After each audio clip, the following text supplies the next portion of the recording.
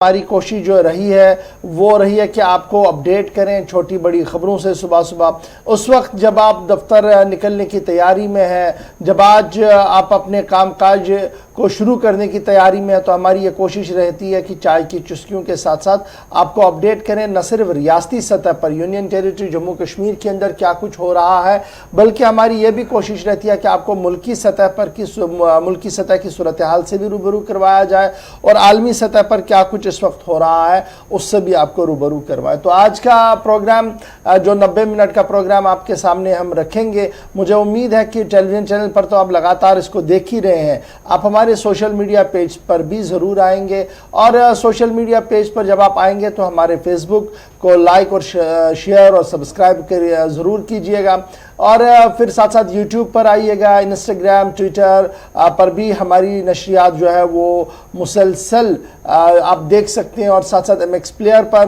बिला खलल नशरियात जो है वो आप वहाँ पर भी देख सकते हैं। आप हमारी नशरियात को देखने के लिए हमारी वेबसाइट का भी इस्तेमाल कर सकते हैं, वहाँ पर भी लाइव TV का ऑप्शन भी है और साथ साथ ख़बरें भी जो है वो वहाँ पर अपडेट हो रही है। तो ये सारे प्लेटफॉर्म्स जो हैं ये आपके लिए हैं, इस उम्मीद के साथ कि टेलीविजन चैनल के साथ साथ आप वहाँ पर भी आएंगे और चलते फिरते आप ख़बरों से रूबरू हो जाएंगे। तो इसी उम्मीद के साथ कि आपका साथ हमारे साथ रहेगा, करते हैं आज के ख़बरों का आगाज़। और आज की जो ख़बरें हैं उनमें सबसे अहम तरीन ख़बर जो है वो ख़बर बन रही है जो भारत और चीन के बीच लगातार रिश्ते जो है वो पुरतनाव हो रहे हैं और रिश्ते पुरतनाव होने के बीच जो छोटे बड़े फैसले लिए जा रहे हैं उन्हें आलमी सतह पर पजीराई हासिल हो रही है और आलमी सतह के लीडर्स जो हैं वो इसको अपने तरीके से जो वो ले रहे हैं। तो सबसे पहले आज इससे पहले कि कोविड का हाल आपको बताएं, लेकिन उससे पहले भी बात ज़रा आज खोली देते हैं लाइन ऑफ एक्चुअल कंट्रोल की,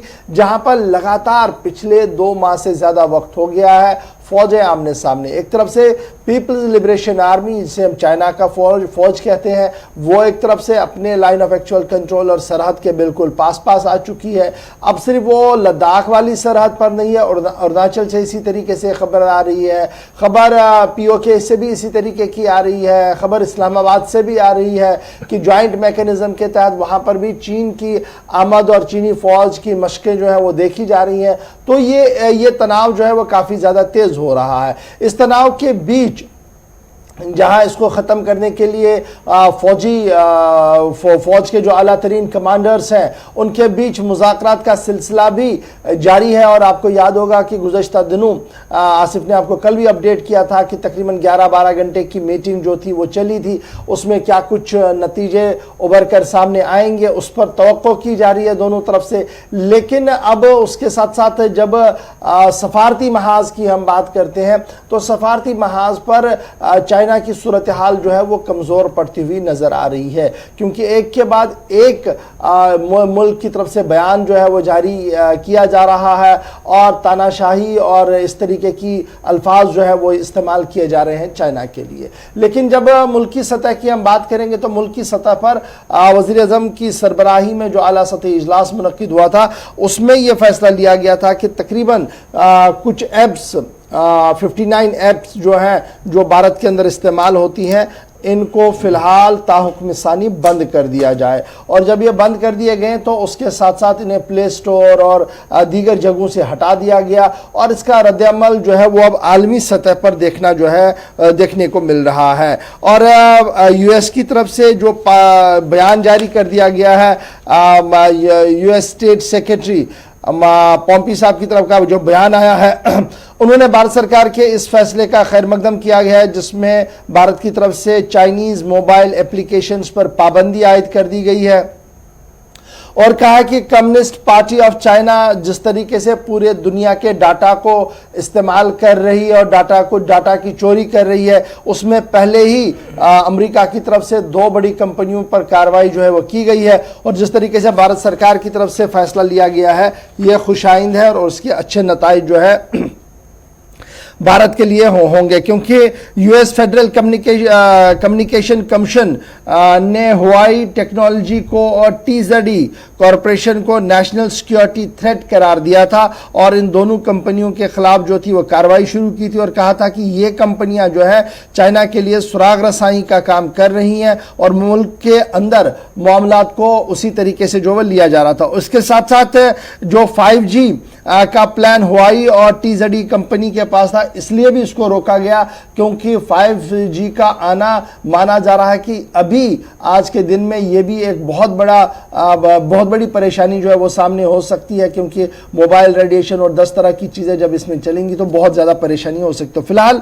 चाइना पर जो है यूएस का पहले शिकंजा था, उसके बाद भारत की तरफ से भी कुछ एप्स को जो है, मोबाइल एप्स को जो है वो बंद कर दिया गया है। यूएस के सेक्रेटरी स्टेट का बयान हमने आपके सामने रख ही दिया है। उसके साथ साथ ऑस्ट्रेलिया से जापान, यूनाइटेड स्टेट्स, आसियान मुल्क और साथ साथ और भी कुछ मुल्कों की तरफ से जो है वो इसी तरीके के बयान जो है वो जारी कर दिए गए हैं, जिसमें association of southern Asian nation ASEAN का बयान जो है वो वियतनाम से जारी कर दिया गया है, जिसमें 10 बड़े मुल्क हैं, 10 नेशन ब्लॉक जो है, उन्होंने कहा कि 1982 यूएन ओशन ट्रीटी के तहत जो भी मालिकाना हकूक और जिस तरीके से सालमियत के हकूक हैं उन पर ही काम होना चाहिए और ना कि उस तरीके से जिस तरीके से चाइना जो है वो कर रहा। तो ये आसियान मुल्कों के जो बयान आया है ये भी काफी ज्यादा इंपॉर्टेंट है। और इसके साथ साथ यूरोपियन यूनियन काउंसिल के सदर चार्ल्स मिशेल का बयान भी जो है वो हमारे सामने है, जिसमें उन्होंने कहा कि जो डिसीजन लिया गया है यूरोपियन कमीशन की तरफ से वो भी काफी ज्यादा अहम डिसीजन है, क्योंकि जिस चीज को लेकर हमारी सबसे बड़ी परेशानी है वो ये है कि समंदर के रास्तों को सील ना किया जाए और जिस तरीके से साउथ चाइना सी के अंदर चाइना की हलचल हो रही है वो काबिल तवज्जो है और उसके खिलाफ बड़े पैमाने पर कार्रवाई जो है वो होनी चाहिए। और ये बयान भी जो है यूरोपियन यूनियन की काउंसिल की तरफ से दिया गया। तो ये सूरत हाल जो है वो आलमी सतह पर माइक पोम्पी का बयान हमने आपको बता दिया। फिर जापान क्या कुछ कह रहा है उस पर हमने आपके सामने रख दिया कि जापान का भी टफ स्टैंड जो है वो चाइना के लिए आ गया है, क्योंकि हांगकांग में जिस तरीके की सूरत हाल बन रही है और बेजिंग के अंदर भी बेजिंग पर दबाव जो है वो काफी ज्यादा बढ़ा दिया गया है और ये कहा गया है कि देखिए जिस तरीके से आपने वहां के खुसूसी इख्तियारात को ख़त्म करने की कोशिश की है उससे दोनों आज़ाद मुल्कों पर जो है वो फ़र्क पड़ रहा है, इसलिए जापान भी जो है वो अब खुलकर चाइना के खिलाफ जो है वो सफारा हो रहा है। माइक पोम्पियो साहब क्या कुछ कह रहे थे, जरा फटाफट से आप इसको सुन लीजिएगा। उसके बाद हम एक और खबर आपको बताएंगे कि वजीर आज़म साहब भी सोशल मीडिया से अब तौबा कर रहे हैं। किस वाले सोशल मीडिया से तौबा करेंगे वो हम आपको जरूर बताएंगे, लेकिन उससे पहले माइक पोम्पियो का यह बयान जो काफी इंपॉर्टेंट अभी आज के इस खबर के साथ है। Brutality affects the rest of the world too. We welcome India's ban on certain mobile apps that can serve as an appendages of the CCP's surveillance state. India's clean app approach will boost India's sovereignty. It will also boost India's integrity and national security, as the Indian government itself has stated. चलिए, Mike Pompeo का बयान आप सुन रहे थे, लेकिन खबर जरा China से भी अब डेवलप हो रही है और चाइना के अंदर भी कार्रवाई जो है वो शुरू हो गई है। चाइना ने ब्लॉक कर दिया है इंडियन न्यूज़ चैनल्स की वेबसाइट्स को। चाइना के अंदर वेबसाइट्स को ब्लॉक कर दिया गया है। खबर चाइना से आ रही है कि चाइना ने रेस्ट्रिक्टेड कर दिया है इंडियन न्यूज़पेपर और न्यूज़ वेबसाइट्स को, और ये फैसला उस वक्त लिया गया है जब तकरीबन 60 के आसपास मोबाइल एप्लीकेशंस जिनमें टिकटॉक और दीगर चीज़ें प्लेटफॉर्म्स हैं उन्हें मुल्क के अंदर पाबंदी आयद कर दी गई है। उसके साथ साथ अब खबर ज़रा चाइना से आ रही है कि चाइना के अंदर लोग जो हैं वो अब भारत की वेबसाइट्स को नहीं देख पाएंगे, लेकिन टेलीविजन चैनल फिलहाल चल सकते हैं, क्योंकि इंटरनेट आईपी जो है उस हवाले से वीपीएन्स को भी ब्लॉक कर दिया गया है। चाइना के अंदर ये कह दिया कि जो फायरवॉल लगाया गया है उसके तहत वीपीएन को भी ब्लॉक कर दिया गया और वीपीएन के जरिए से भारतीय नशरियात को वहां पर देखा जा रहा था, काफी ज्यादा देखा जा रहा था, उसको ब्लॉक कर दिया गया। तमाम आईपीटीवी फिलहाल चल रहा है। आईपीटीवी फिलहाल चल रहा है। बाकी जो इंटरनेट की एक्सेस नेटवर्क के जरिए से, चाहे आप वेबसाइट के जरिए से देख रहे थे या किसी और जरिए से देख रहे थे, फिलहाल वहां पर जो है इसको रोक दिया गया है। चाइना से ये खबर जो है वो इस वक्त आ रही है। लेकिन इसके साथ साथ जरा वजीर आजम साहब की बात करेंगे, क्योंकि वजीर आजम साहब भी मुख्तलिफ सोशल मीडिया प्लेटफॉर्म पर काफी एक्टिव है और उन्हीं में एक है वीडियो, और ये वीडियो जो है ये ट्विटर के मुकाबले में खड़ा कर दिया था चाइना ने, और इस पर भी काफी ज्यादा एक्टिव थे वजीर आजम। और वहां पर क्या कुछ वजीर आजम साहब ने किया है, नरेंद्र मोदी साहब क्या कुछ वहां पर कर रहे हैं, बताएंगे आसिफ आपको डिटेल के साथ। जी आसिफ। बिल्कुल, 2 दिन पहले जो सरकार की तरफ से 59 चाइनीज एप्लीकेशन को ब्लॉक करने का फैसला लिया गया, तो उन 59 एप्लीकेशंस में वेबो भी, साइना वेबो, ये वो एप्लीकेशन है, आपको याद होगा कि जब ट्विटर वजूद में आया था, ट्विटर बनाया गया था, तो उसके कुछ ही सालों बाद चीन की तरफ से एप्लीकेशन लॉन्च की गई। और इस एप्लीकेशन का यह मकसद था कि वर्ल्ड वाइड जितने भी बड़े लीडर्स हैं, अहम शख्सियात हैं, वो अपना पर्सनल डेटा या फिर ऑफिशियल डेटा भी, जो मुलाकातें होती है एक दूसरे लीडर से, वो तमाम तरह का जो डेटा है वो यहां पर सेव रखा जा सकता है, फीड रखा जा सकता है इस एप्लीकेशन में। और इसको वज़ीर आज़म भी काफी सालों से इस्तेमाल कर रहे थे। जब से एप्लीकेशन बनी थी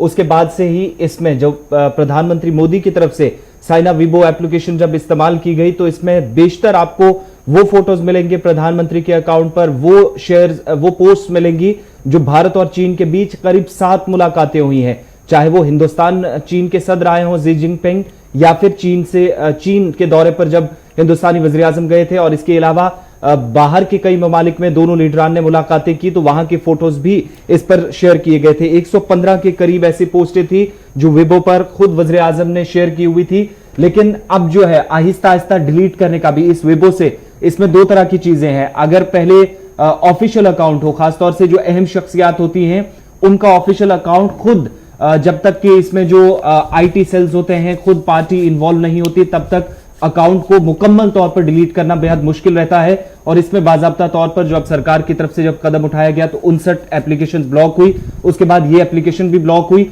लेकिन यह भी माना जा रहा है इशफाक कि कुछ ऐसी पोस्ट है जो चीनी सदर के साथ, शी जिनपिंग के साथ फोटोज थी, वो उनमें से चंद ऐसे फोटोज हैं जो अभी भी इस वेबसाइट पर वज़ीर आज़म साहब 4 मई 2015 को वज़ीर आज़म ने इस पर अकाउंट खोला था जी। उसके बाद चाइना के साथ जितनी भी मुलाकातें हुई, जो कुछ भी हुआ, वो इस चाइनीज ऐप पर जो है वो डाल दिया गया। और तकरीबन 2.4 लाख फॉलोवर्स वज़ीर आज़म मोदी के इस अकाउंट पर थे। 115 टोटल पोस्ट किए गए थे, बड़ी मुश्किल से 113 जो है वो हटाए गए हैं, और कुछ पोस्ट वहां पर रहे हैं। ये जो रहे हैं, जो आसिफ आपको बता रहे हैं, इनमें जिनपिंग और वजीर आजम के बीच के फोटोज है, इसलिए उन्हें नहीं हटाया गया। तो यहां पर एक चीज जो काफी ज्यादा इंपॉर्टेंट फोकस की है, चाइना के एप्स तो आप इस्तेमाल कर रहे हैं, क्योंकि जब हम इनको डाउनलोड करते हैं तो 2-3 चीजें ये सब को पता है कि एक्सेस मांगती है, access to your camera, access to your phone, और उसमें जितना डाटा आपका है वो इनके पास चला जाता है। अब जब आप डिलीट करने की बारी आती है तो आपने बाज़ाब्ता तौर पर डिलीट खुद नहीं करेंगे वहां पर, जब तक आपकी अप्रूवल उन एजेंसी से नहीं आएंगी, उन सर्वर्स से नहीं आएंगी जिन सर्वर्स के साथ आपके ये ऐप्स और आपका फोन जुड़ा हुआ है। इसलिए यहां पर भी परेशानी वैसी है। 115 में से 113 तो डिलीट हुई, लेकिन चंद वीडियोस, फोटो डिलीट नहीं हो रहे हैं। क्यों? वहां के सदर के वो तस्वीरें हैं और चाइना भारत की दोस्ती का हवाला है, इसलिए इसको नहीं हटाया गया। यही वजह है कि जो आरटीआई का एक खुलासा गुज़श्ता दिनों हुआ था कि एक्सेस इतना ज्यादा है और सर्वेलेंस इतना ज्यादा डाटा का है चाइना के पास कि आप कह के भी कुछ नहीं कर सकते हैं अनलेस कि आप इसको डिलीट मार दे, उसके बावजूद भी आपका मॉनिटरिंग और आपका डाटा जो है वो उनके पास सेव रहता है। तो फिलहाल वीवो की जो बात है वो इस तरीके से कि 4 मई को अकाउंट खोला गया था। अब गुज़श्ता दिनों पाबंदी आने के बाद उसको डीएक्टिवेट करने की कोशिश की जा रही है। अभी तक ये डीएक्टिवेट नहीं हुआ है, कुछ पोस्ट डिलीट हुई हैं, और चाइना का ये मानना कि जनाब अभी हम इसको आगे भी जो है देखेंगे कि कैसे इसको आगे बढ़ाना। फिलहाल भारतीय जनता पार्टी के जो आईटी विंग के हेड अमित मालविया, उन्होंने कहा कि वजीर आजम साहब का यह डिसीजन की वीडियो को क्वाइट कर छोड़ देना है, यह दरअसल एक loud and clear message China के लिए है कि आने वाले दिन किस तरीके के हो सकते हैं, क्योंकि जब वजीर आजम छोड़ेंगे तो मुल्क के सभी लोग इसको छोड़ेंगे फॉलो करना, और जब वो छोड़ेंगे तो कहीं ना कहीं फाइनेंशियल लॉस उन्हें भी होगा और क्लियर कट मैसेज जो है वो हमारी तरफ से दी जाएगी। तो ये वजीर आजम के वीवो अकाउंट्स की डिटेल्स थी जो हमने आपको बता दी। लेकिन अब जरा बढ़ते हैं आगे, बात करते हैं लाइन ऑफ एक्चुअल कंट्रोल की, क्योंकि जब चाइना की बात आती है तो आपको याद होगा कि गुज़श्ता दिनों फौजी सरबराह भी लद्दाख के दौरे पर थे और दिफा और एयरफोर्स के चीफ भी वहां पर पहुंचे थे। उन्होंने फॉरवर्ड पोस्ट तक चले गए और जब आर्मी चीफ की हम बात करते हैं तो उन्होंने भी फॉरवर्ड पोस्ट पर जाकर उन सभी जवानों से मुलाकात की जो गुज़श्ता दिनों गुत्थम गुत्था हुए थे चाइना की फोर्सेस के साथ। अब माना जा रहा कि कल बरोज़ जुम्मा वज़ीर दिफा जो है वो लद्दाख का दौरा करने जा रहे हैं और वज़ीर दिफा का ये दौरा जो है ये काफ़ी मानों से इम्पॉर्टेंट माना जा रहा है और ये माना जा रहा है कि कल जब वो दौरे पर जाएंगे तो वो सिर्फ कोर हेडक्वार्टर पर नहीं बैठेंगे बल्कि अगली चौकियों का भी मुआयना करेंगे। और दिफाई और अस्करी ज़रायों के मुताबिक ये दौरा इसलिए भी काफ़ी ज़्यादा इम्पॉर्टेंट है क्योंकि चाइना के साथ अभी भी मामला जो है वो उलझे पड़े हैं और उन्हें सुलझने की उन्हें ठीक करने की कोशिश जो है वो तरह तरह से की जा रही है। मिलिट्री लेवल पर बातचीत हो रही है, डिप्लोमेटिक लेवल पर बातचीत हो रही है और अगर ये बातचीत कामयाब नहीं होती है तो मिलिट्री स्ट्रेटजी भी जो है वो कहीं ना कहीं तैयार कर दी गई है। लेकिन फिलहाल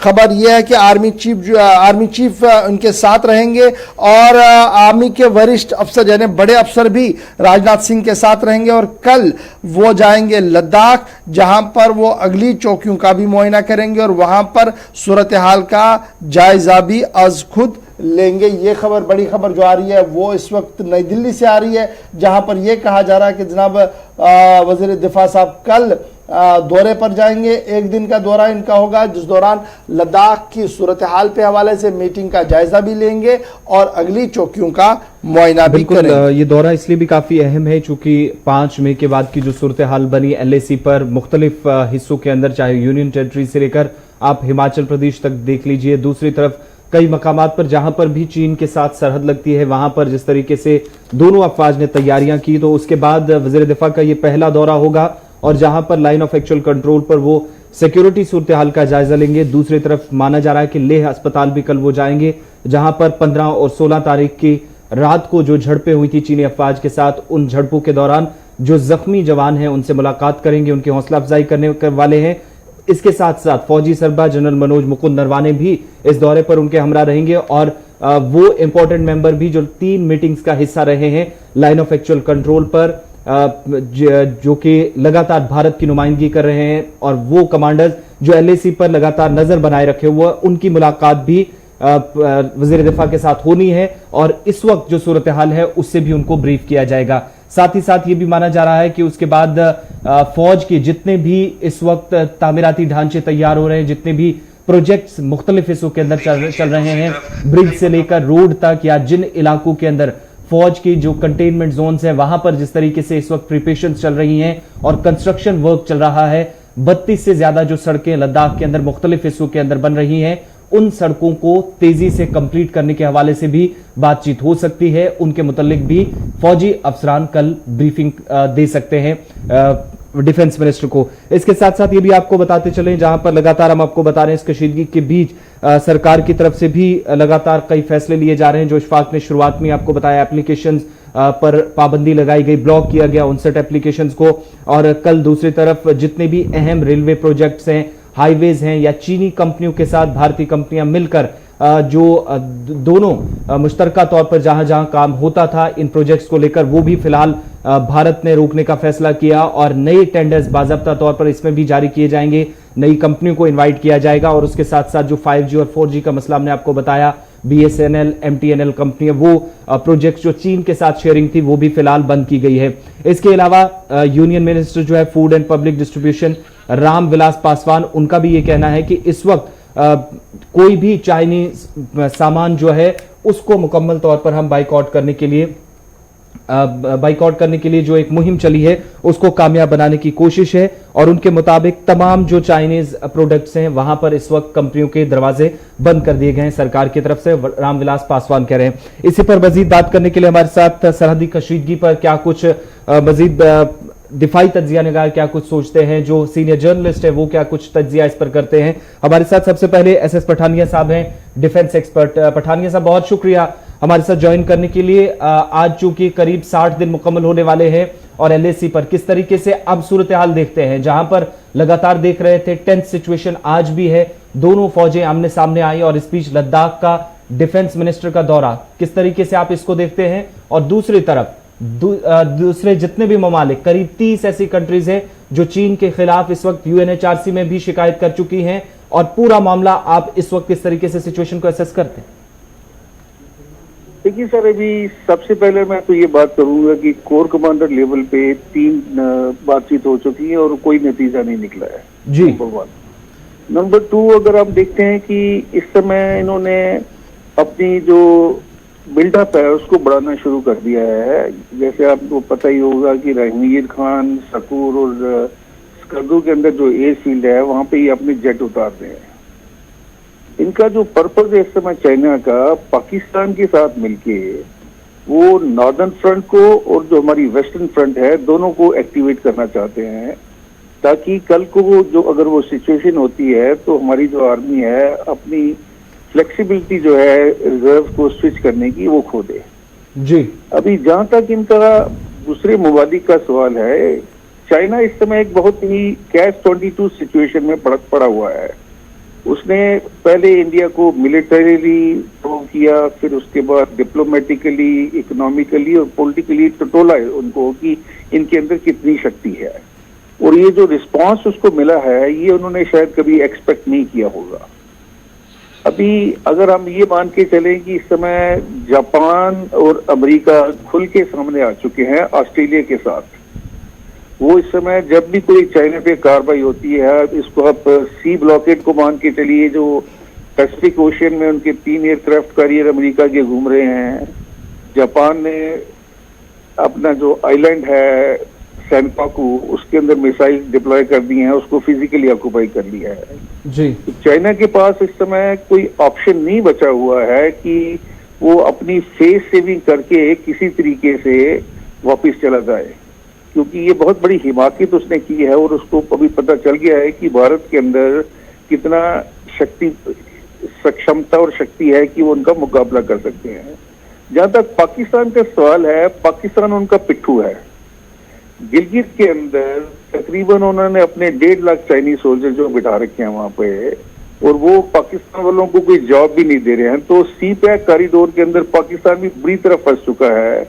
उसके ऊपर जो $1 बिलियन का कर्ज है वो बढ़ता जाएगा, उसके पास वो सिचुएशन आएगी कि वो उसका इंटरेस्ट भी नहीं पे कर पाएगा। तो पाकिस्तान अपना एग्जिस्टेंस आस्ते आस्ते लूज कर देगा। चाइना जहां तक है ये अभी एक फेस सेविंग का सोच रहा है, क्योंकि उनको पता है कि अगर पूरा वर्ल्ड उसके अगेंस्ट चला जाता है तो उसका इकोनॉमिकल कोलैप्स हो जाएगा। और इकोनॉमिकल अगर कोलैप्स होता है, जैसे आपने पहले देखा था जब हमारा USSR टूटा था, सोवियत यूनियन रिपब्लिक, उस समय भी जो मेन जो वजह थी वो इकोनॉमी थी। इंडिया ने अपना बड़ा सशक्त जवाब उसको दे दिया है।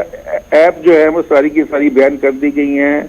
उसके बाद अभी गडकरी साहब ने बोला था कि हाईवे प्रोडक्शन के अंदर उनको कॉन्ट्रैक्ट नहीं दी जाएंगे। ये बात आस्ते आस्ते बढ़ती जाएगी, उसके ऊपर और ज्यादा रिस्ट्रिक्शन आएंगी, और एक समय आएगा जब पूरा जो वर्ल्ड है उसके ऊपर सैंक्शन लगाना शुरू कर देगा जी। तो जब वो सिचुएशन आएगी, और उस समय अभी आपको ये देखिए, कम्युनिस्ट जो गवर्नमेंट है ये अपने लोगों को दबा के रखती है, और पिछले 70-72 साल से लोग दबे हुए हैं। लेकिन जब ये इनको इकोनॉमिकल कोलैप्स का फर्क इनके ऊपर पड़ेगा तो वहां से भी इनका जो गृह युद्ध है वो शुरू हो जाएगा।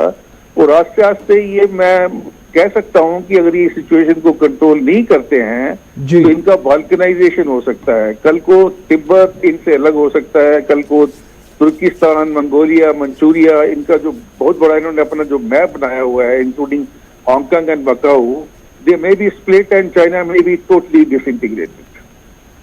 चलिए, बहुत बहुत शुक्रिया एसएस पठानिया साहब, डिफेंस एक्सपर्ट हमारे साथ थे। और इसी पर मजीद बात के लिए हमारे साथ सोहेल काजमी साहब भी ज्वाइन कर चुके हैं, सीनियर सहाफी और तज्जिया निगार। बहुत शुक्रिया सोहेल साहब ज्वाइन करने के लिए। अभी जो LOC से लेकर LAC तक सूरत हाल बनी है, किस तरीके से आप इसको देखते हैं, और खित्ते पर जिस तरीके से असरात मुरतब हो रहे हैं, चारों तरफ हम देख रहे हैं कि तमाम ममालिक अब एक्टिवेट नजर आ रहे हैं, चाहे वो पाकिस्तान की बात करें, नेपाल की बात करें, भारत और चीन के बीच जो कुछ हो रहा है, यहां से शुरुआत हुई। आपका नुक्ता नजर?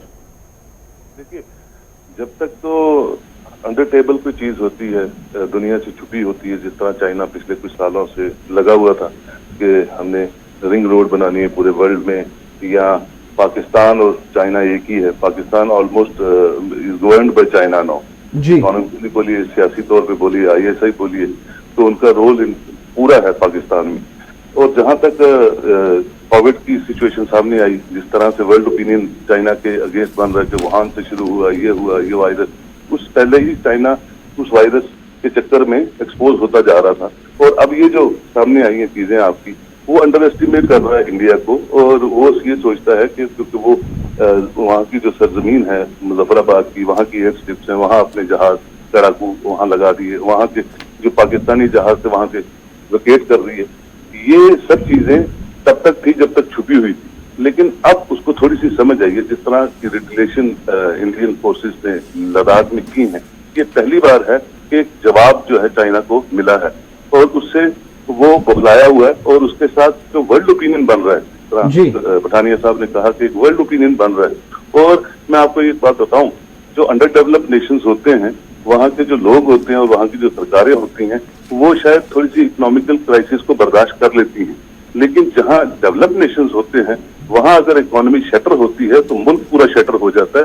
और चाइना मुझे लग रहा है उस डगर पे चल रहा है, और जिस तरह ये इशारा कर रहे हैं कि बाकी नेशंस जो है, जैसे पाकिस्तान नेपाल से बात करने जा रहा है, तो आज जरूरत है, वो बॉर्डर ही नहीं करता नेपाल से बात करने की, लेकिन आज जरूरत है कि वो किसी भी छोटे से छोटे मुल्क को भी अपने पक्ष में लेना चाहता है, लेकिन उससे कोई फायदा होने वाला तो है नहीं, क्योंकि जब एक ओपिनियन बनता है, वर्ल्ड ओपिनियन की आप बात कर रहे हैं, इसी के बीच में पाकिस्तान का ये इकदाम आपको नहीं लगता है दोनों ममालिक के दरमियान मनफी असरात, जो थोड़े बहुत रिश्ते इस वक्त सही है, या आने वाले दिनों में सिचुएशन और भी खराब हो सकती है? चीन और भारत के बीच जो कुछ हो रहा है, ये फिर पड़ोसी मुल्क पाकिस्तान के साथ ज्यादा हो सकता है? बिल्कुल बिल्कुल बिल्कुल ठीक कह रहे हैं आप। देखिए, कोई भी बुद्धिजीवी जो इंसान है, पाकिस्तान के लोग जो प्रोमिनेंट सिविल सोसाइटी है, वो भी इसका अंदेशा लगा रहे हैं। मैं उनकी डिबेट सुनता हूँ, अंदर भी परेशान है, लेकिन यह है कि वो सामने नहीं आ सकते, क्योंकि जब अपने मुल्क को डिफेंड करते हैं आप, तो आपको झूठ बोलना है। और झूठ पाकिस्तान, देखिए, एक तो जमहूरियत नहीं वहां पे, एक तो सियासी निजाम वहां का कभी एस्टेब्लिश नहीं हो पाया, और उसके साथ साथ इकोनॉमिकल क्राइसिस है, कर्जा हर एक से लिया हुआ है। अमेरिका ने भी उनको फंडिंग में कटिंग करना शुरू की पिछले 5-7-10 सालों से। कुछ चीजें सामने आई हैं, और वो एक मरकज है जहां से टेररिस्ट तैयार किए जाते हैं। वो इतनी उन्होंने फसल लगाई हुई है टेररिज्म की, वो उल्टा एक तो उससे परेशान, दूसरा डेमोक्रेसी नहीं है, तीसरा इकोनॉमिकल प्रॉब्लम्स हैं, चौथा अब इंटरफेरेंस चाइना। अब चाइना उससे पूछेगा नहीं, चाइना को जो करना था उसने कर दिया, वो पाकिस्तान से पूछने वाली बात नहीं है। और वो सारा जो उसका जो नताइज है, वो पाकिस्तान तो आगे ही कोलैप्स है। तो बहुत शुक्रिया सोहेल काज़मी साहब ज्वाइन करने के लिए। बात भारत और चीन के हवाले से हो रही है, लेकिन इसी बीच इससे पहले कि हम बात करें, अनिल गुप्ता जी भी हमारे साथ डिफेंस एक्सपर्ट के तौर पर ज्वाइन कर चुके हैं, ब्रिगेडियर अनिल गुप्ता साहब। लेकिन उससे पहले शहराए कराक्रम की जो खबर कल से काफ़ी तेज़ी के साथ गश्त कर रही है कि शहराए कराक्रम पर पाकिस्तानी फ़ौज का जमाव, 20,000 फ़ौजी तैनात। नई दिल्ली की तरफ से शदीद रद्द-ए-अमल, भारत पर दबाव बढ़ाने की कोशिशें, दिफाई माहिरीन का ये मानना है। और उसके साथ साथ अस्करदू एयरबेस पर भी चाइनीज़ जहाज़ J-10 के आने की जो खबरें हैं वो काफ़ी ज़्यादा गश्त कर रही है। किस तरीके से इन दोनों खबरों को लिया जाए, और जो दो वॉर फ्रंट पर लड़ने वाली बात हम पिछले 2-2.5 सालों से सुन रहे थे, क्या ये यही दो वॉर फ्रंट है, या और भी कोई इसमें वॉर फ्रंट जो है वो ज्वाइन कर सकते हैं? बहुत बहुत शुक्रिया ब्रिगेडियर अनिल गुप्ता साहब हमारे साथ ज्वाइन करने के लिए। Good morning. ये जो सिचुएशन अभी बन रही है शहराए कराक्रम पर, पाकिस्तानी फ़ौज का जमाव है, 20,000 फ़ौजियों को तैनात कर दिया गया है, अस्करदू एयरबेस को चाइना इस्तेमाल कर रहा है, इस तरीके के इंटेलिजेंस रिपोर्ट्स जो है वो आ रही हैं। और दूसरी तरफ से छोटे छोटे देश, जिसमें नेपाल भी एक शामिल है, वो किसी न किसी तरीके से चाइना के इन्फ्लुएंस में आ रहा है, और पाकिस्तान अपनी स्ट्रेटजिकल पोजीशंस को उनके साथ मजबूत करने की कोशिश कर रहा है। तो किस तरीके से overall as a defence expert क्या आप इसको देख रहे हैं? कितना बड़ा संगीन चैलेंज आने वाले दिनों में ये सारी चीजें हैं? देखिए, मैं इसे चैलेंज नहीं मानता हूँ। ये भारतीय सेना पहले से इसके लिए तैयार है। और जहां तक 20,000 फौजियों की बात है गिलगित बाल्टिस्तान के अंदर, देखिए, जो पाकिस्तान वो चीन के टुकड़ों पे पलता है, इसलिए चीन जो भी उसे कहेगा पाकिस्तान उसको मानना पड़ेगा। इसलिए 20,000 ट्रुप्स वहां पर भेज तो दिए हैं, पर वो करेंगे क्या, कि काबिलियत क्या है? ज्यादा से ज्यादा जो हमारी फौज उस इलाके के अंदर डिप्लॉयड है, उसको वहां पर वो फिक्स कर देगी। इससे ज्यादा और वो कुछ नहीं कर सकते, ना उनके पास काबिलियत है। जहां तक स्कर्दू एयरफील्ड की बात है, Skardu airfield high altitude airfield है, उसका इस्तेमाल ज्यादा से ज्यादा रिफ्यूलिंग के लिए किया जा सकता है, क्योंकि अगर हवाई हमले होते हैं और चीनी एयरक्राफ्ट आते हैं यहाँ पर और वापसी जाते हैं तो फ्यूल की कमी होती है, तो रिफ्यूलिंग के लिए वो स्कर्दू में उतर सकते हैं। उससे ज्यादा फायदा कोई नहीं है। अगर चीन को पाकिस्तान की एयरफील्ड इस्तेमाल ही करनी है तो उनकी जो प्लेन्स में एयरफील्ड है वो इस्तेमाल करेंगी, क्योंकि प्लेन्स की एयरफील्ड जो है वो ज्यादा पेलोड ले जा सकते हैं, वहां से ज्यादा हथियार ले जा सकते हैं। तो इसलिए स्कर्दू एयरफील्ड का एक्टिवेट होना कोई खतरे की बात नहीं है। और यहाँ तक बात है जो बातचीत चली है कोर कमांडर लेवल की, तो उसमें मैं यही कहूंगा कि देखिए ये पूरा प्रोसेस जो है ये 3 हिस्सों में होना है, डिसएंगेजमेंट, डीएस्केलेशन और उसके बाद पुल बैक। अभी थोड़ा बहुत डिसएंगेजमेंट हुआ है, डीएस्केलेशन तो हुआ ही नहीं। और डीएस्केलेशन जब होता है उसके साथ साथ पोस्टरिंग हो रही है। पोस्टरिंग ज्यादा खतरनाक है, क्योंकि पोस्टरिंग का मतलब होता है सिग्नलिंग, और दोनों तरफ की सेनाएं जो हैं पोस्टरिंग इस प्रकार से कर रही हैं कि ज्यादा तादाद में ट्रुप्स लाए जा रहे हैं, एयर डिफेंस लगाई जा रही है, हवाई जहाज बढ़ाए जा रहे हैं, एयरफील्ड एक्टिवेट की जा रही है, तो पोस्टरिंग बढ़ रही है डीएस्केलेशन के बजाय। इसलिए मामला नाजुक है। मुझे लगता है कि ये जो पूरा प्रोसेस है ये काफी लंबा चलेगा, सर्दियों तक चलेगा, और कुछ जगहों पर तो मुझे लगता है कि सर्दियों के बाद भी चलेगा, क्योंकि चीन के लिए सर्दियों में वहां रुकना इतना मुश्किल नहीं है जितना कि भारत के लिए है। भारत के लिए मेंटेनेंस सर्दियों के अंदर बहुत मुश्किल हो जाएगी, जिसकी तैयारी भारत को अभी से करनी पड़ेगी। इसलिए मेरी नजर के अंदर चीन जल्दी में नहीं है, चीन जल्दी से इलाके खाली नहीं करेगा, क्योंकि अगर चीन जल्दी से इलाके खाली कर देता है तो चीन की हार मानी जाएगी, और चीन हार मानने को कतई तैयार नहीं है। अभी भी अगर आप ग्लोबल टाइम्स देखेंगे या उनके फॉरेन मिनिस्ट्री स्पोक्सपर्सन की बातें सुनेंगे, तो अभी भी इस बात को वो मानने को तैयार नहीं है गलती चीन की है। वो ब्लेम अभी भी भारत को कर रहे हैं, और साथ ही साथ एक बहाना उन्होंने और लगा रखा है कि भारत अमेरिका के कहने पे आकर चीन के खिलाफ कुछ बंदी कर रहा है। तो ये सारी बातें साफ जाहिर करती हैं कि चीन का जो मन है, अभी पूरी तरह से चीन ने मन नहीं बनाया है कि इस जगह से वापस जाने के लिए। हाँ, भारत भी अड़ा हुआ है। भारत ने भी इस तरह साफ कर दिया है कि हम अपने इलाके खाली करवाएंगे, उससे कम हमें कुछ मंजूर नहीं है।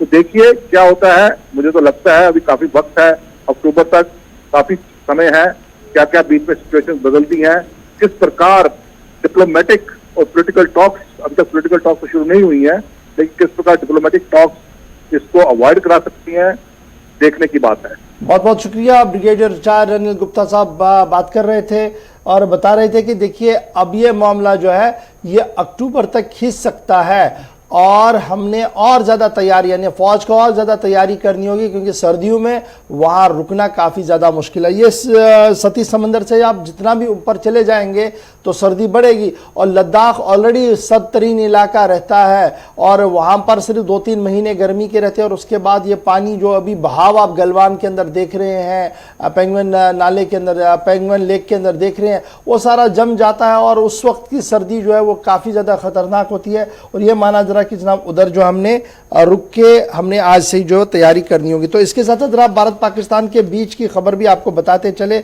भारत और पाकिस्तान के बीच रिश्ते जैसे भी हो, लेकिन सफारती मामलात पर पेशरफ्त जो है वो हो रही है, और आप अपने मुल्क के अंदर यानी यहाँ पर और वहाँ पर भारत के जेलों के अंदर और पाकिस्तान के जेलों के अंदर कितने लोग कैद हैं, वो फहरिस्त जो है उसका तबादला जो है वो कर दिया गया है। और एक खबर के मुताबिक 270 भारतीय मछुआरे जो हैं और तकरीबन 50 से ज़्यादा सिविलियन जो है वो कस्टडी है के अंदर है पाकिस्तान के अंदर। पाकिस्तान ने इसकी तस्दीक जो है वो कर दी है। और जबकि भारत के जेलों की जब हम बात करें तो 97 मछुआरे और 260 से ज़्यादा सिविलियन जो है वो भारत के मुख्तलिफ जेलों के अंदर है, जिन पर मुख्तलिफ किस्म के चार्ज जो है वो लगाए गए हैं। भारत और पाकिस्तान ने बाज़ाब्ता तौर पर ये कैदियों की फहरिस्त जो है डिप्लोमेटिक चैनल्स के ज़रिए से एक दूसरे को सौंप दी है। और इस पर जतिन देसाई जो former secretary Pakistan India peoples forum for peace and democracy के हैं, उन्होंने इसका इंतहाई खैर मकदम किया है और कहा कि कोविड-19 के पेश नज़र कैदियों की रिहाई को मुमकिन बनाया जाए और जितना जल्दी हो सके उन्हें अपने अपने मुल्कों के लिए रवाना जो है वो कर दिया जाए। तो ये खबर जो है 270 मछुआरे और 50 से ज़्यादा सिविलियन पाकिस्तान की कैद के अंदर है। इसकी ऑफिशियल तस्दीक जो है वो खुद उन दस्तावेज़ में की गई है जो दस्तावेज़ पाकिस्तान और भारत ने एक दूसरे को जो है वो सौंपे हैं। अब ज़रा बढ़ते हैं आगे, बात करते हैं कोविड-19 के हवाले से, क्योंकि कोविड-19 का कहर लगातार पूरे मुल्क के अंदर जारी है। और जब हम मुल्क की सूरत हाल को देखते हैं तो मामले जो है वो 6 लाख तक जनाब आ चुके हैं और अमवात की शरह लगातार बढ़ रही है। तफसीलात दिल्ली की क्या है, यानी मुल्क के अंदर क्या कुछ है, आसिफ आपको बताएंगे। साथ साथ हम श्रीनगर चलेंगे जहाँ से सनम एजाज, जम्मू से प्रियंका और विनोद जी हमारे साथ ज्वाइन करेंगे, क्योंकि मामला इसलिए भी काफ़ी अहम है क्योंकि श्रीनगर के अंदर मज़ीद मौतों की खबर आज सुबह सुबह उस वक्त मौसूल हुई आसिफ और मुझे, जब हम न्यूज़ रूम स्टूडियो अंदर पहुँच चुके थे तो खबर आ रही थी कि कुछ और लोगों की मौत वाक़या हुई है। तफसीलात के साथ आसिफ। बिल्कुल, इस वक्त दुनिया भर के अगर तमाम ममालिक की बात करें, 180 से ज्यादा मुल्क अभी भी हैं जहां पर इस वक्त भी कोविड-19 के मरीजों की तादाद बढ़ रही है। और पिछले अगर 24 घंटों की बात करें तो मुख्तलिफ ममालिक से भी अच्छी खबरें नहीं हैं। अमेरिका के अंदर ही 52,000 से ज्यादा केसेस जो है वो रिपोर्ट किए गए हैं पिछले कुछ दिनों के अंदर। और ये आंकड़ा इसलिए भी अमेरिका के लिए खतरनाक है जहां पर गुज़श्ता दिनों ही एक रिपोर्ट में यह भी खुलासा किया गया था कि कोविड-19 के सिर्फ 5 से 7% केसेस बचे हुए हैं और उसके बाद दोबारा एक बार केसेस आए हैं जिसने यहां पर 52,000 नए केसेस 24 घंटों के दौरान अमेरिका के अंदर ये अब तक सबसे बड़ा वर्ल्ड वाइड एक बड़ा रिकॉर्ड माना जा रहा है, जहां पर जॉन हॉपकिंस यूनिवर्सिटी की तरफ से भी इसका खुलासा किया गया और मुख्तलिफ जरायों से खबर मिल रही है कि 52,000 प्लस केसेस इस वक्त अमेरिका के अंदर सिर्फ पिछले 24 घंटों के दौरान, और तादाद इस वक्त 1.5 लाख के पार जा चुकी है। सिर्फ जो मरने वालों की तादाद है मुख्तलिफ रिपोर्ट्स बता रही हैं, जबकि 1,30,000 भी अलग अलग रिपोर्ट्स में सामने आ रही हैं। इसके अलावा केसेस की तादाद जो है सिर्फ अमेरिका के अंदर वो 21 लाख प्लस हो चुकी है और दुनिया भर के मुख्तलिफ ममालिक में जो 180 से ज्यादा ममालिक का मैंने आपके सामने जिक्र किया, वहां पर अब तक मरने वालों की तादाद जो है वो भी 5.25 लाख के पार जा चुकी है। करीब 5,19,000 ये तादाद इस वक्त पहुंच चुकी है। मुतासरीन की तादाद भी मुसलसल बढ़ रही है, हर 24 घंटे के बाद आंकड़े जरूर आ रहे हैं, लेकिन इस वक्त भी 1,08,00,000 से ऊपर मामले तमाम उन कंट्रीज के अंदर जहां पर शुरुआत से आज 3 महीने मुकम्मल हो गए हैं जब कोविड-19 के केसेस में सबसे ज्यादा स्पाइक देखा गया था, सबसे ज्यादा केसेस आना सामने हुए थे। वहीं अगर हिंदुस्तान की बात करें तो अब तक जो अनऑफिशियल फिगर्स मिल रहे हैं, अब 6 लाख इस वक्त क्रॉस हो चुके हैं केसेस मुल्क के अंदर।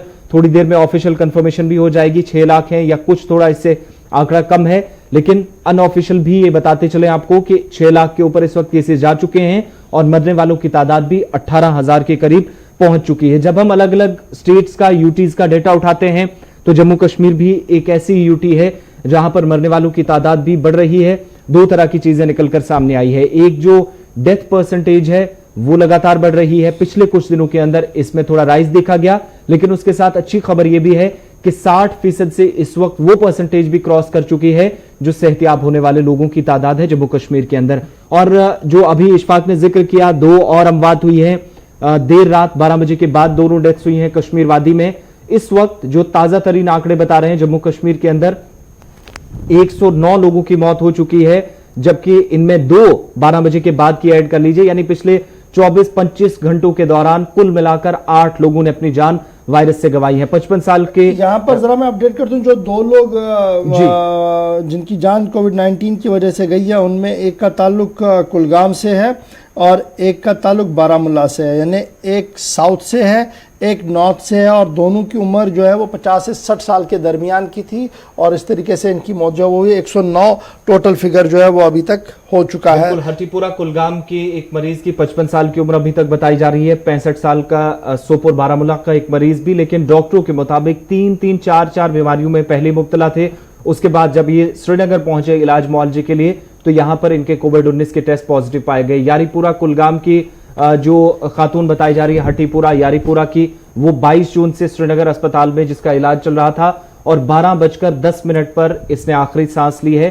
55 साल कुलगाम के जो मरीज थे। इसके अलावा 65 साल के जो सोपुर से जिनकी मौत हुई है, 3:05 पर श्रीनगर के स्किम सोरा के अंदर इन्होंने आखिरी सांस ली है, जो इससे पहले मुख्तलिफ अमराज में मुब्तला थे। देखिए, कल जो सरकारी तौर पर फिगर दे दिए गए उसमें कहा गया कि सबसे ज़्यादा केस जो है वो बारामूला से आए हैं, उसके बाद श्रीनगर से, उसके बाद शोपियां से, और उसके बाद पुलवामा, कुपवाड़ा, गांदरबल, अनंतनाग, बडगाम, डोडा, सांबा, राजौरी, कुलगाम और उधमपुर। ये फहरिस्त है ऊपर से लेकर नीचे तक, यानी सबसे ज़्यादा 32 के सबसे ज़्यादा 49 केसेस जो हैं वो बारामूला से, उसके बाद शोपियान 32, उसके बाद 24 पुलवामा से, कुपवाड़ा से 16, गांदरबल से 11, 8 अनंतनाग से, बडगाम से 6, डोडा से 3, सांबा, राजौरी से 1 और कुलगाम और उधमपुर से 1-1 केस जो वो कल पॉजिटिव पाए गए। ये सरकारी आंकड़े हम आपके सामने रखते हैं। सनम एजाज हमारे साथ ज्वाइन कर चुके हैं, जरा तफसीलात के साथ इनके पास चलते हैं। सनम, 2 और मरीजों की मौत वाक़या हुई है, क्या तस्दीक हो पाई है, और क्या ये सिर्फ कोविड-19 के पेशेंट थे या कुछ और भी बीमारियां इनको थी जिनको लेकर पहले ही ये इलाज मुआवजा अस्पताल के अंदर करवा रहे थे?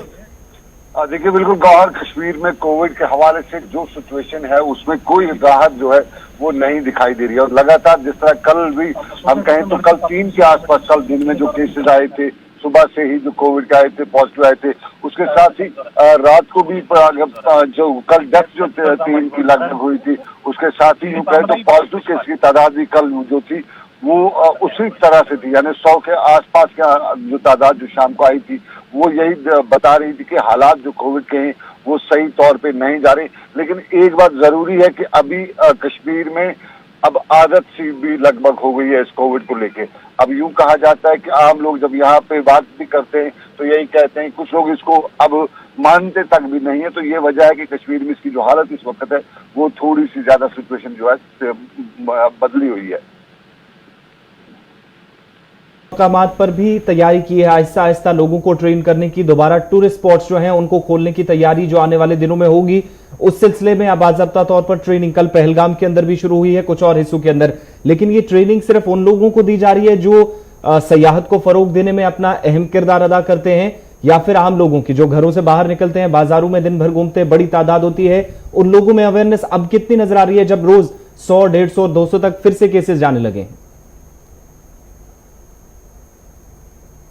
पहले से, लेकिन यहाँ पे सरकार ने अब कुछ एक तरह से शुरुआत भी की है लोगों को पूरी तरह से जानकारी देने की।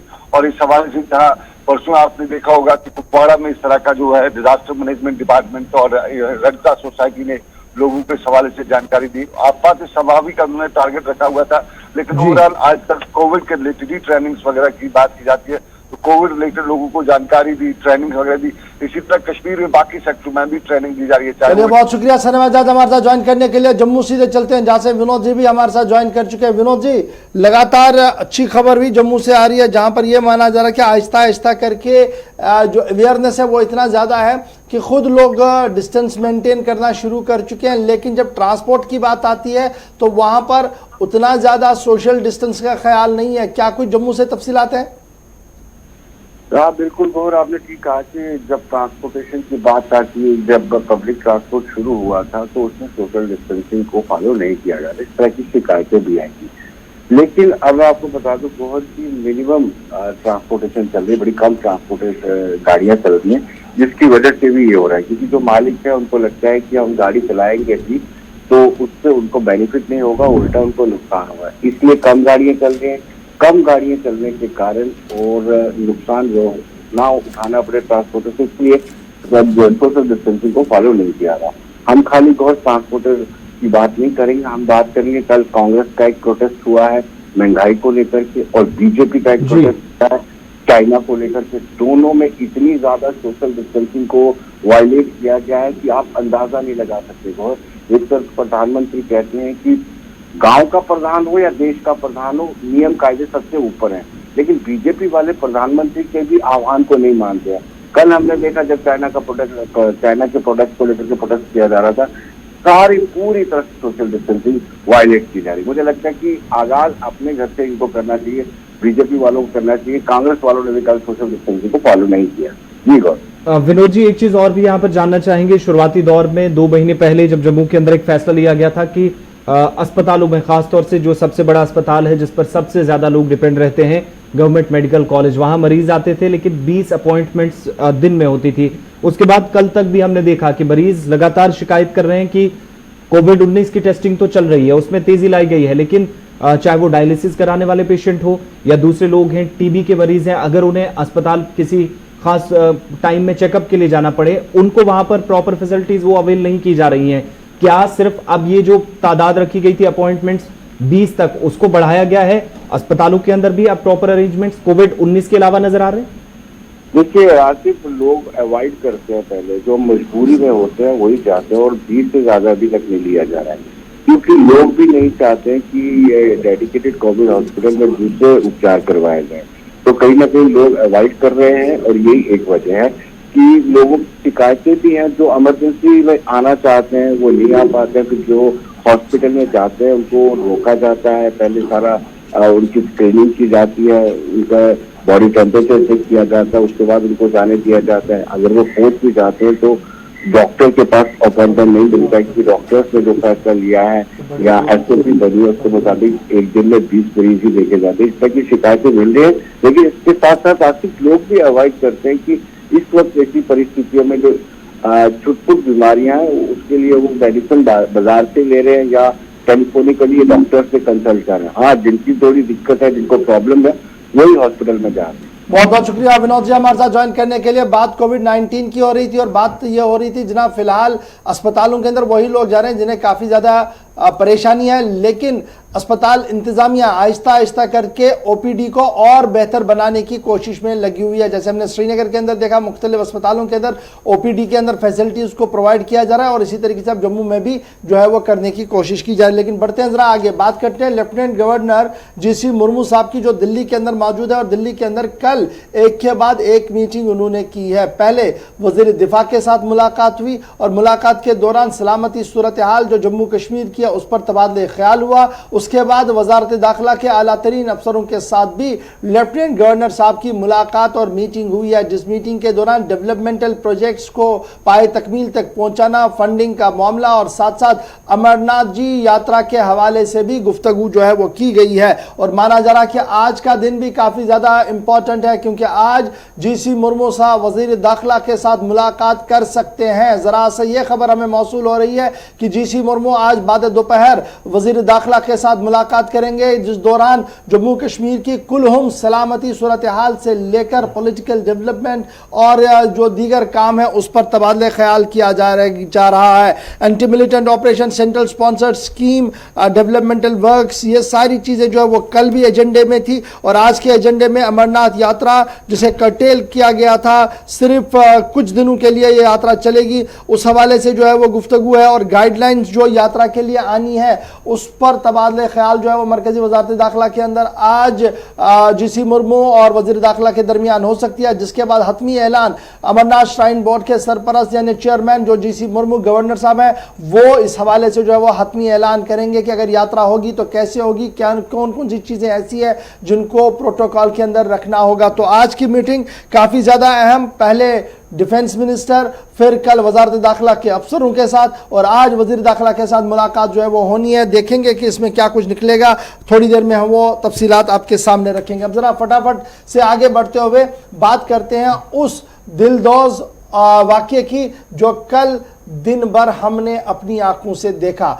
यानी सोपोर के इंसिडेंट की बात करते हैं। सोपोर का इंसिडेंट इसलिए हाई प्रोफाइल इंसिडेंट बना क्योंकि दुनिया भर के अंदर वीडियोस और फोटोज सर्कुलेट हुई कि एक बच्चा अपने ग्रैंडफादर के साथ था, बाहर जा रहा था, फायरिंग हुई, जिस तरीके से भी है, एक की मौत हुई, उसके बाद बच्चा मौजज़ाती तौर पर बचा, और वो जिस तरीके से लाश पर बैठा हुआ था वो तस्वीरें कल काफ़ी ज़्यादा वायरल हुई। बीजेपी के तर्जुमान से लेकर नेशनल कॉन्फ्रेंस के सदर तक उस पर तबसरा किया गया, और अपने तबसरों के दौरान जहां कुछ लोगों ने जम्मू कश्मीर की मिलिटेंसी को मुखातिब होते हुए उसे हदफ तनकीद बनाया, वहीं पर कुछ लोगों ने फोटोग्राफर्स को भी हदफ तनकीद बनाया, और कुछ लोगों ने उन्होंने कहा कि देखिए मामला इंतहाई संगीन है, इसलिए इसकी संगीनियत को हमें समझना होगा। लेकिन कल की जब हम बात करते हैं तो दो तीन चीजें काफी ज्यादा इंपॉर्टेंट है, और उसके साथ साथ आज सुबह जो बयान आया वो भी थोड़ी देर में हम आपको जरूर बताएंगे। कल जिस तरीके से मौजूदाती तौर पर बच्चा बचा है, उसके बाद सबसे पहले पुलिस का जो बयान था वो ये था कि देखिए ये जो कुछ भी हुआ है ये क्रॉस फायरिंग के अंदर हुआ है, और जो इल्जाम उन पर है उन्हें वो मुस्तरद करते हैं और वो किसी भी इंक्वायरी के लिए तैयार है। और ये बच्चा जिप्सी के अंदर है, जब से एनकाउंटर साइट से बाहर निकाला गया रो रहा बिलक रहा था, और यही तस्वीरें कल पाकिस्तानी मीडिया चैनल्स पर भी दिखाई गई, जिसमें यही इल्जाम लगाया गया कि जानबूझकर इनके अजीज को गोली मारी गई गाड़ी से बाहर निकालकर। उन्होंने उस बयान को कोट किया था जो उस वक्त दिया गया था जब ये एक सिविलियन की मौत हुई थी, और जिस सिविलियन की मौत हुई थी उसके फर्जंद की तरफ से जो बयान आया था, उन्होंने इस बात का इल्जाम लगाया था कि जिस वक्त वहां फायरिंग हुई उनके वालिद साहब और ये बच्चा गाड़ी के अंदर थे, ड्राइव कर रहे थे, उन्हें बाहर निकालकर फायर किया गया। उसके पीछे उनके तीन सवाल, काफी लॉजिकल सवाल थे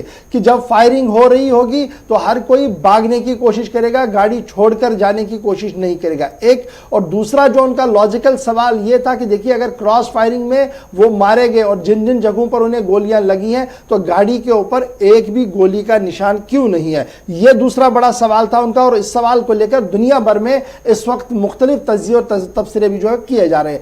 इसके फौरन बाद उनकी बेटी की तरफ से भी इल्जाम इसी तरीके का लगा, तो श्रीनगर के अंदर प्रेस कॉन्फ्रेंस हुई। प्रेस कॉन्फ्रेंस के अंदर आईजीपी कश्मीर सामने आए, जिन्होंने पूरे वाकये की तफसीलात फराहम की, और ये जो इल्जामात पुलिस और सीआरपी पर लग रहे थे उन्हें मुस्तरद करते हुए कहा कि देखिए ये सोशल मीडिया की अफवाहबाजियां हैं जिन्हें इस तरीके से अफवाह बनाया जा रहा है। ताहम अगर किसी भी शख्स ने इस पूरे इंसिडेंट को देखा है वो सामने आए, बयान अपना कलमबंद करवाए, हम कार्रवाई के लिए तैयार है। लेकिन कल की इस फायरिंग के दौरान एक बात और जो सामने रखी गई वो ये कहा गया कि मिलिटेंट मस्जिद के अंदर थे और मस्जिद से उन्होंने फायरिंग की है। तो बहरहाल ये तो कल का मामला था, लेकिन आज इसलिए इस खबर को हम आपके सामने दोबारा रख रहे हैं क्योंकि थोड़ी देर पहले एडीजी सीआरपीएफ जुल्फकार हसन साहब ने आखिरी रसूमात जो सीआरपीएफ का जवान अजान हुआ था, जान बहक हुआ था, उनके आखिरी रसूमात सीआरपीएफ हेडक्वार्टर हुमामा के अंदर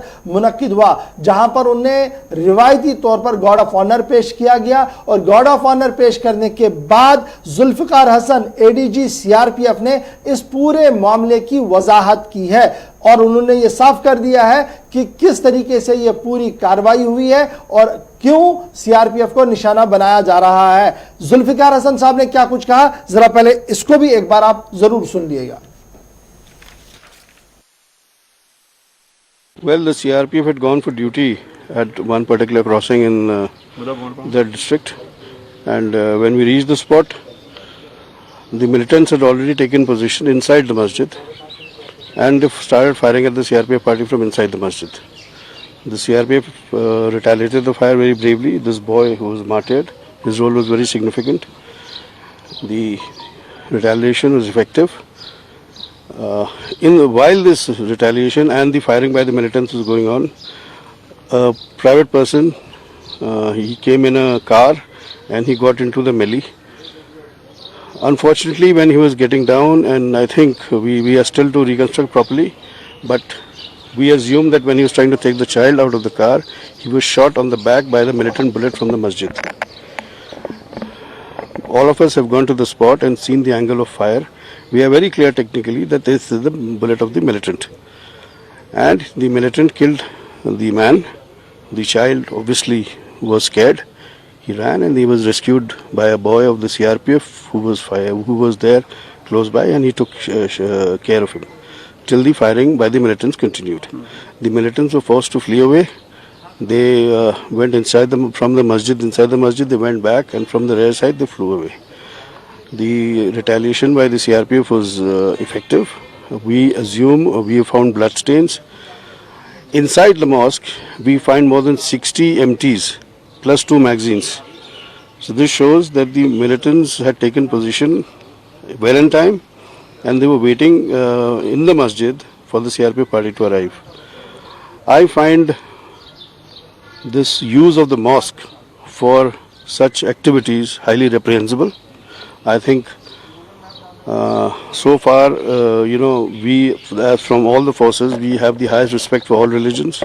We do not ever enter into a religious place knowing the sentiments of the citizens of the place. However, this use, and this is a repeated use, not for the first time they've done it. I think I would appeal to the masjid committees of this valley, as well as to the citizens, that at least we should secure our religious places, not allow them to be hijacked. ADG CRPF इससे पहले कि हम break पर जाए